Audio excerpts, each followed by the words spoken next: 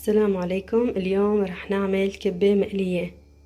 بالبداية عندي مكونات الطبخة. أنا عندي هون سميد، بدي استعمل هذا النوع.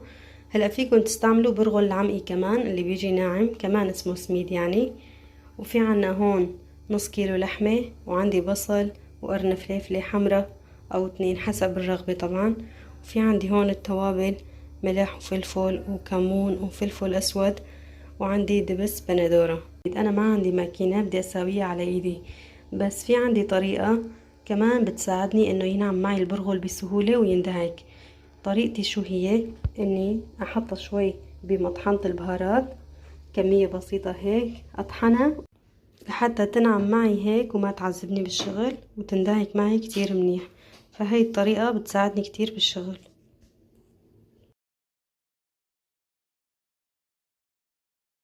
شايفين هيك بعد ما طلعتها من المطحنة كيف صارت؟ هلا رح فضي البرغل هون بالطاسة، تقريبا نص كيلو برغل هذا واكتر شوي يعني. اضيف له توابل، عندي الملح معلقة طبعا، وعندي فلفل احمر بدي اضيف كمان معلقة،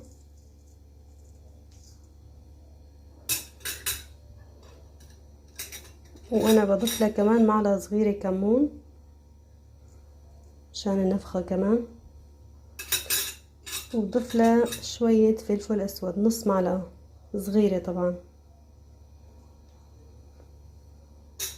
كمان راح اضيف له معلقة صغيرة دبس بندورة. هلا بالبداية راح اخلطهم اول اشي كلهم مع بعضهم، النواشف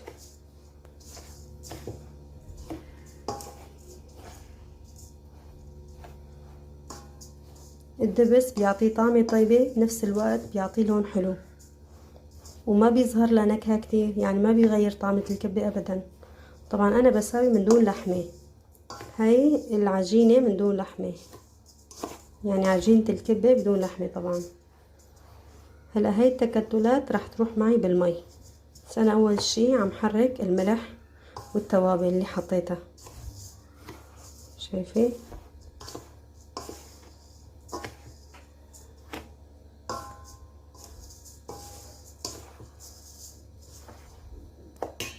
طبعا المي انا هون بدي احط مي من الحنفية.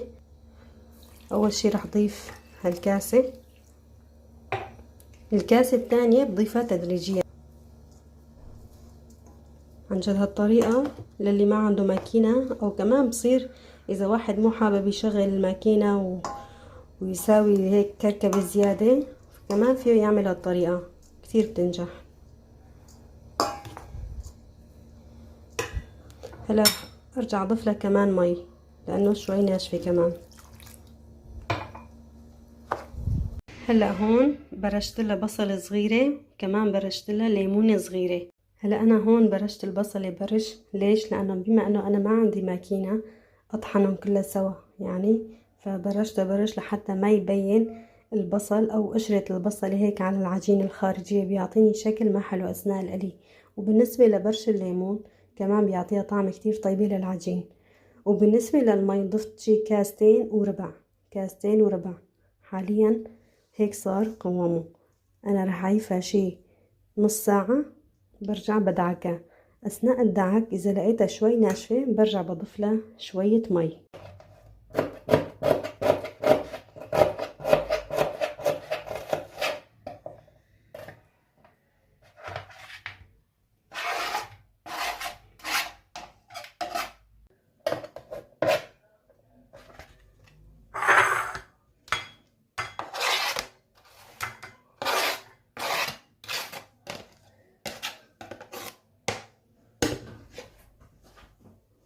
بعد ما فرمتهم بهالشكل بدي اضيف الزيت على البصل واحطه على النار.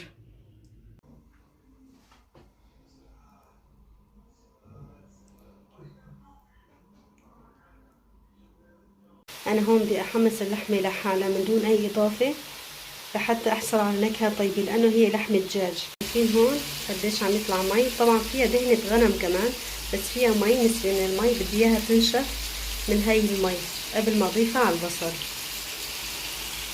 هلا رح اضيف للبصل فلفلة حمراء،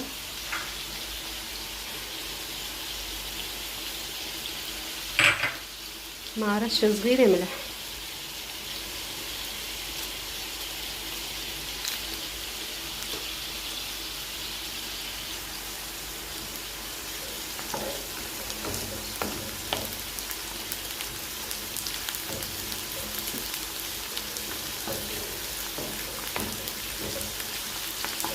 الفلفلة بتعطيها طعمة طيبة، بنفس الوقت بيعطيها هيك لون حلو.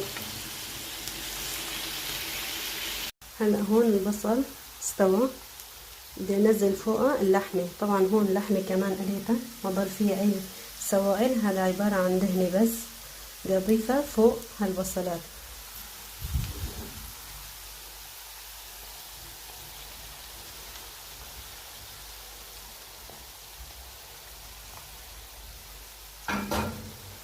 ورح حركهم كتير منيح مع بعض. رح اضيف لها معلقة كبيرة من دبس بندورة، طبعا دوبتها بالمي، خففتها شوي بالمي ورح ضيفها، يعطينا لون وطعمة عن جد طيبة. هيك مثلا كمان شوي، لأن هي المعلقة اللي بإيدي صغيرة، بدي أضيف لها معلقة كبيرة. هيك كافي. ورح أضيف لها رشة فلفل أسود، أني لحمة من قبل عندي إياها متبلة، رشة خفيفة هيك. فيكن تضيفوا بهاي المرحلة مكسرات إذا في عندكن، حسب الرغبة طبعا. هلا أنا ما عندي، ما رح أضيف لها. هيك بتكون الحشوة عنا صارت جاهزة. هلا هون عم صفي الحشوة من الزيت وخليها تبرد.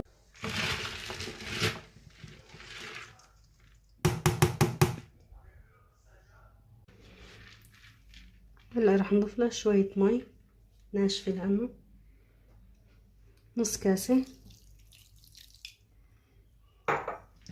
وادعك.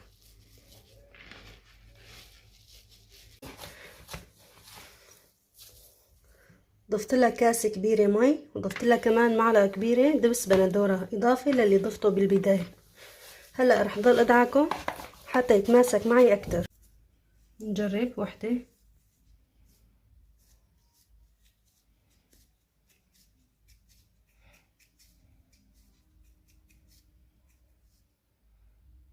نظامي. هلا هون خلصنا، بدنا نبلش حشي. العجينة صارت جاهزة كمان. راح نبلش نكبكب. بسم الله. اول شي هيك دورة،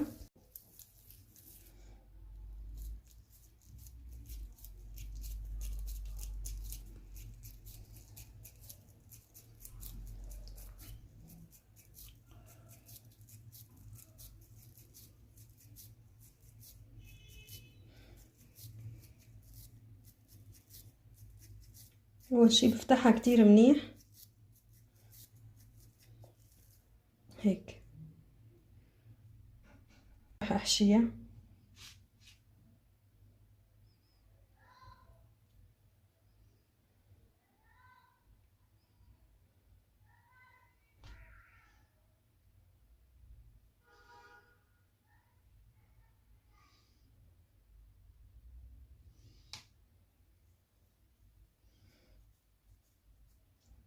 بكبسها شوي لتحت، بلش سكرها.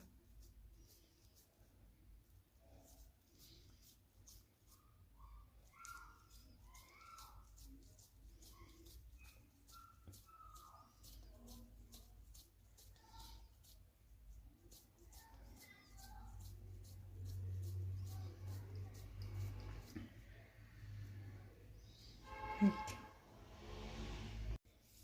هلا هيك راح افتحها.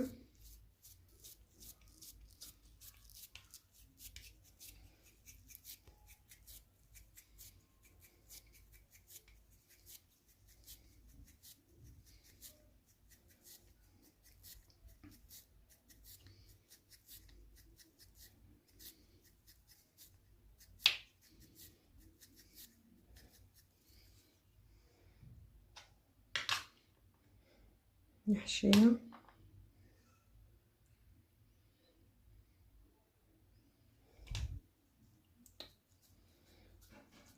هلا بنسكر شوية مي، هيك حاولوا تظبطوها حتى يطلع شكلها حلو.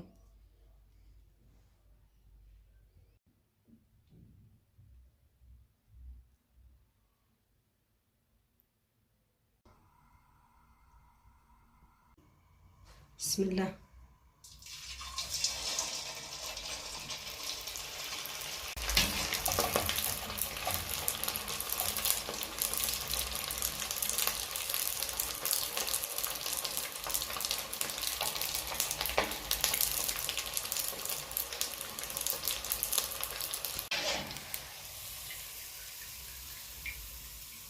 شايفين ما تشققت ابدا.